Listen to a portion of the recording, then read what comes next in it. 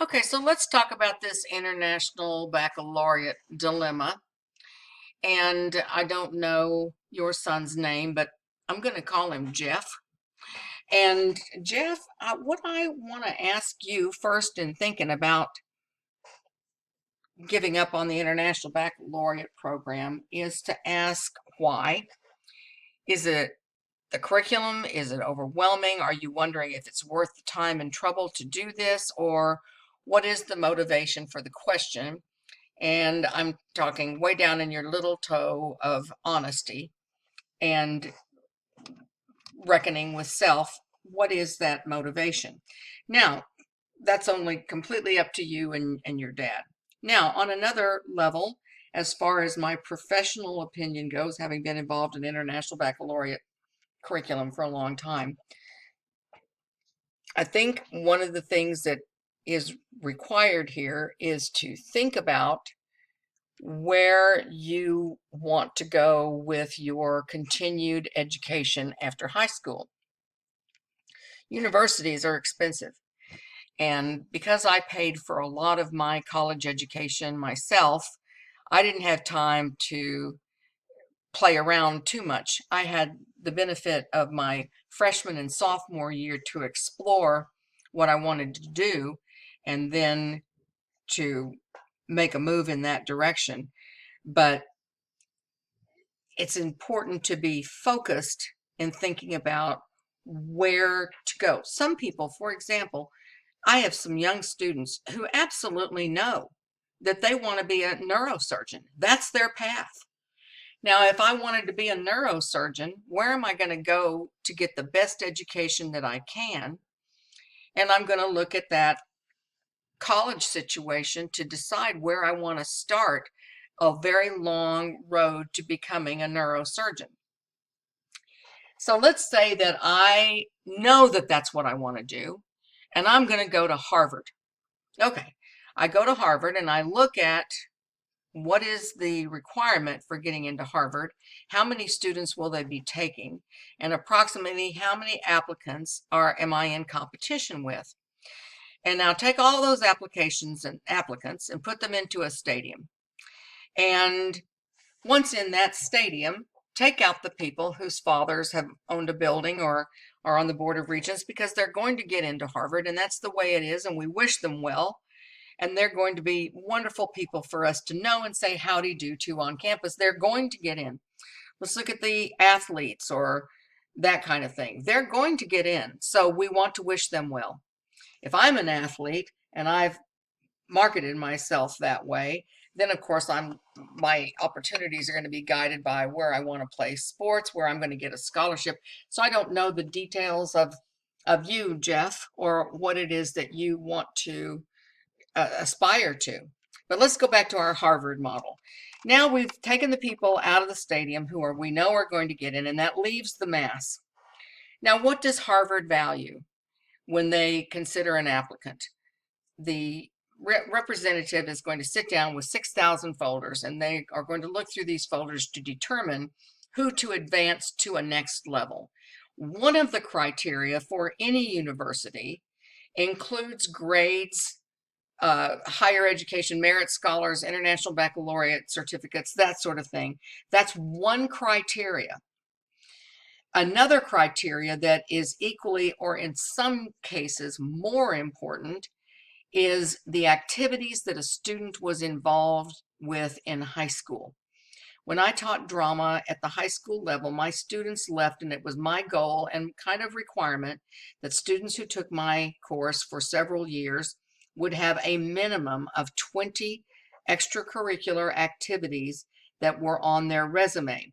Tutoring underprivileged children, going to elementary schools, and I did outreach programs for those schools, volunteering for any number of things, finding out the universities that they wanted to attend, what charity was that university's charity, and becoming involved with that. It is all part of that process. So no matter what you decide on the International Baccalaureate program, I highly recommend adding those extracurriculars to your high school resume before you graduate, as many as you can possibly have. because institutions look for that in determining who will bring something to their campus. And the function of that university is equally to provide you with the best education that they can offer as an institution. And secondly, what can you bring to that college that will provide resources for that university to continue to advance? Now, back to the Harvard model, depending upon what major field a student wants to pursue, that will help determine where they land on that list of potential candidates for admissions. Harvard's a very expensive school. And so a Harvard education really, in my opinion, again, these are just my opinions, Jeff, you do whatever you and your dad decide to do, and your mom as well. My opinion is that one of those institutions like Harvard or a very elite, prestigious university, and I'm using air quotes when I'm saying that, you can't see me, but I am. Those institutions are going to require a great deal of focus and determined curriculum planning so that money is well spent. Or as I like to say, those college dollars aren't wasted on you. Let me change this little picture real quick so you have something more pretty to look at. So that's the Harvard model. Now let's think about if a student is entering into their junior year in high school and thinking, I have no clue what I want to do with the rest of my life. Are you kidding me? I can barely figure out how to get from one point to the next. I can't possibly commit to any particular course of study. Not right now. I'm barely able to drive a car. So for that person, I say, start going to universities that are within the family budget, that are within whatever the criteria is. This is the University of Oklahoma, where I went to school. And my father worked in that little area right up there. He was the accounting director. And I started having jobs working at OU when I was 15 years old. So I already knew the campus. But then when I was determining what to do in my senior year in high school, I stepped foot on the campus on a day like this in the spring, where the oval was all pristine and beautifully manicured. And I just thought, this is the place for me. This is where I want to go.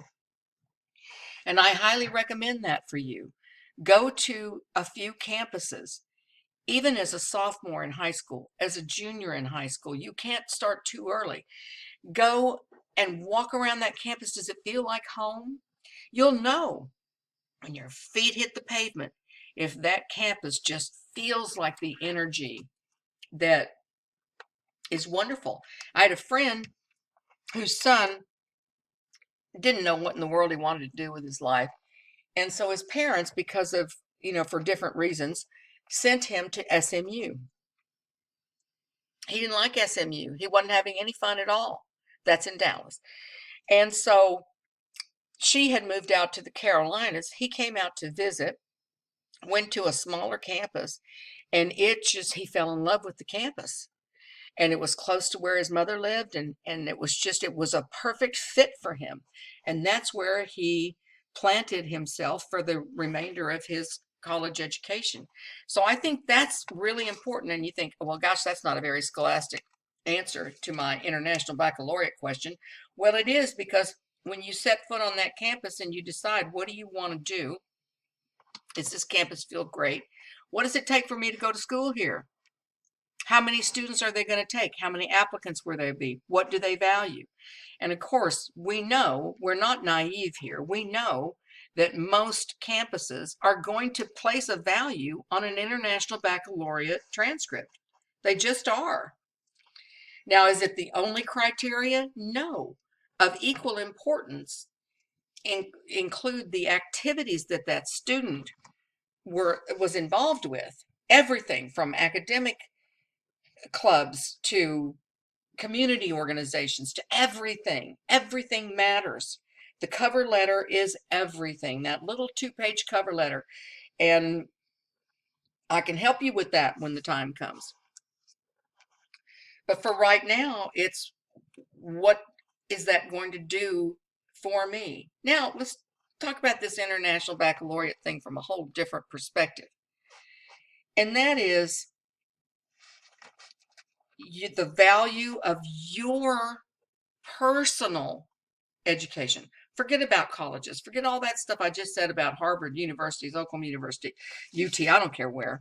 Let's forget about that for a minute. Let's just talk about you.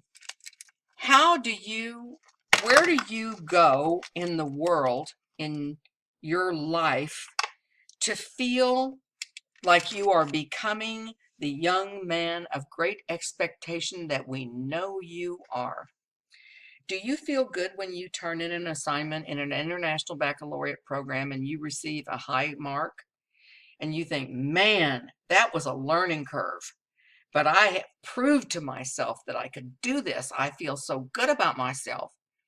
Do you feel that way about yourself when you're involved in a sports program, or create an art project, or create a piece of music, or dance? I don't care. Whatever it is that you do that makes you feel like you're becoming the person that you are meant to be.